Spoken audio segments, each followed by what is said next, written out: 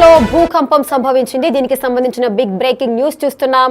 పాకిస్తాన్ లో భూమి ప్రకంపించింది. ఒకటి కాదు, రెండు కాదు, పలుమార్లు ప్రకంపనలు చోటు చేసుకున్నాయి. ఇక ఈ భూకంపం తీవ్రత రిక్టర్ స్కేల్ పై 4.3గా అయితే నమోదైంది. పాక్ లో వచ్చింది సహజమైన భూకంపం కాదా అనే అనుమానాలు కూడా వ్యక్తమవుతున్నాయి. సహజంగా వచ్చిన భూకంపమా లేదంటే అణు స్థావరాలు దెబ్బతినడం వల్ల చోటు చేసుకున్న భూకంపమా అని పలువురు కూడా ఆలోచనలో పడ్డారు. పాక్ లో భూకంపం అయితే సంభవించింది. భూకంపం భారత్ ఎఫెక్ట్ అయినా అంటూ కూడా మరికొన్ని ప్రశ్నలు లేవనెత్తుతున్నారు. పాక్ అణుస్థావరాల్లో ప్రమాదం జరిగిందా అనే కోణంలో కూడా చాలా మంది ఆలోచిస్తున్నారు. అందుకే ఈ వరుసగా ప్రకంపనలు చోటు చేసుకుంటున్నాయా అనే కోణంలో కూడా ఆలోచిస్తున్నారు. అయితే కొద్ది రోజులుగా పాకిస్తాన్ లో వరుస భూ ప్రకంపనలు అయితే చోటు చేసుకుంటున్నాయి. ఇటీవల భారత్ ప్రయోగించింది బ్రహ్మోస్ క్షిపణి.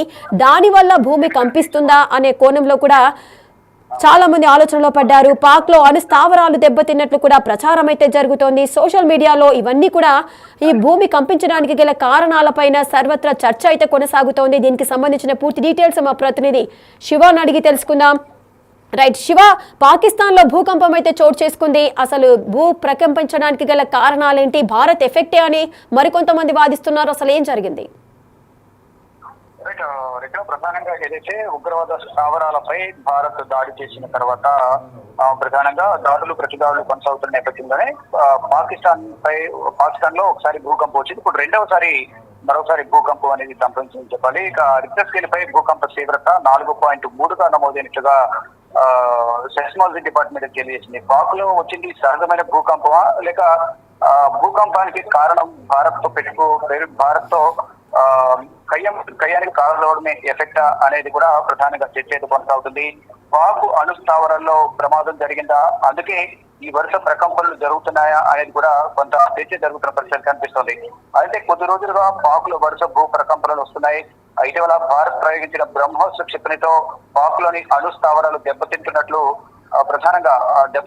ప్రచారం జరుగుతుంది. ఆ లీకేజీ కారణంగానే భారీగా ప్రకంపనలు జరుగుతున్నట్లుగా వస్తున్నట్లు కూడా ప్రచారం జరుగుతోంది. మొత్తానికి మామూలుగా ఇక్కడ వచ్చిన భూకంపం నార్మల్ గా వచ్చినదా లేక ఇద్దరి మధ్య దాడి జరుగుతున్న నేపథ్యంలో దాని వల్ల ఈ భూకంపం సంభవించిందా అనేది కూడా తెలియాల్సింది. మొత్తంగా చూసుకుంటే ఎప్పుడైతే ప్రధానంగా ఉగ్రవాద స్థావరాల టార్గెట్ గా భారత్ దాడి చేసిన నేపథ్యంలో ఉగ్రవాదానికి సంబంధించిన 9 స్థావరాలపై దాడి చేశారు. దాని తర్వాత ఇటు పాకిస్తాన్ అటు భారత్ ఒకరిపై ఒకరు డ్రోన్లు మిసైల్స్ తో ఫైటర్ జెట్స్ తో దాడులు చేసుకుంటూ ఉన్నారు. దానిలో ముఖ్యంగా ఏదైతే ఎయిర్ బేసెస్ ఏవైతున్నాయి పాకిస్తాన్ సంబంధించిన ఎయిర్ బేస్లన్నీ కూడా దాదాపు 11 పైన ఎయిర్ బేస్లను భారత్ ధ్వంసం చేసింది. దాంతో పాటు వైమానిక స్థావరాలపై కూడా భారత్ దాడి చేసిన నేపథ్యంలో దాని వల్ల ఏమైనా అక్కడ ప్రభావం చూపించిందా అనేది కూడా చెప్తున్నారు. దాంతో పాటు నూర్ఖాన్ అనే ఎయిర్ బేస్ సమీపంలోని న్యూక్లియర్ సైట్స్ ఉన్న నేపథ్యంలో అక్కడ దీని ప్రభావం ఆ న్యూక్లియర్ సైట్స్ కానీ అక్కడున్న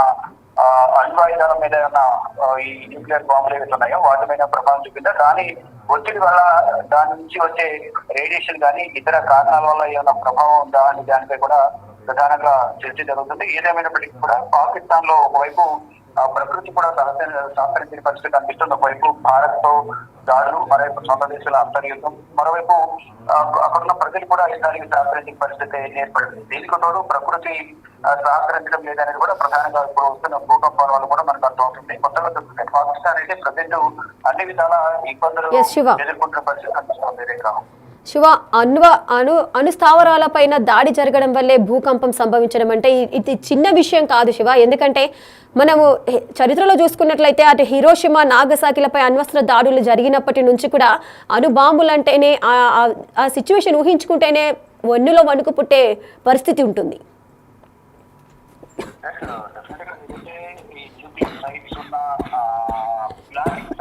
దాదాపు దూరంలో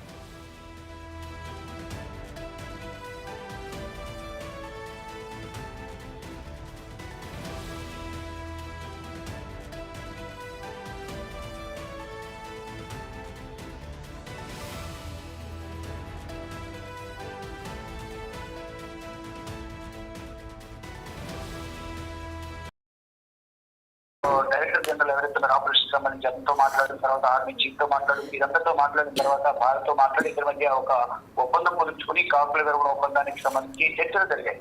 ఇక అక్కడ న్యూక్లియర్ సైట్స్ నుంచి కొంత లీకేజ్ అనేది జరుగుతోంది. న్యూక్లియర్ సైట్స్ నుంచి అక్కడ న్యూక్లియర్ బాంబ్స్ ఉన్నాయి. దాని ద్వారా అక్కడ లీకేజ్ నుంచి కానీ అక్కడ వస్తున్న రేడియేషన్ ద్వారా కానీ భూమికి సంబంధించి ప్రకంపనలు వచ్చాయి. దానికి కారణం భారత్ ఎఫెక్ట్ వల్ల అక్కడ భూకంపం సంభవించింది అనేది కూడా కొంత ప్రచారం అయితే జరుగుతుంది. కానీ ఏది నిజమనేది కూడా అధికారికంగా తెలియదు. కానీ ఇక్కడ భారత్ తోనూ వైరం ఉంది.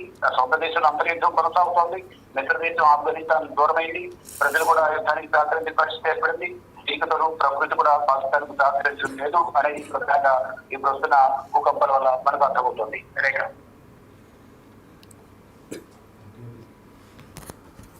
Right, thank you Shiva.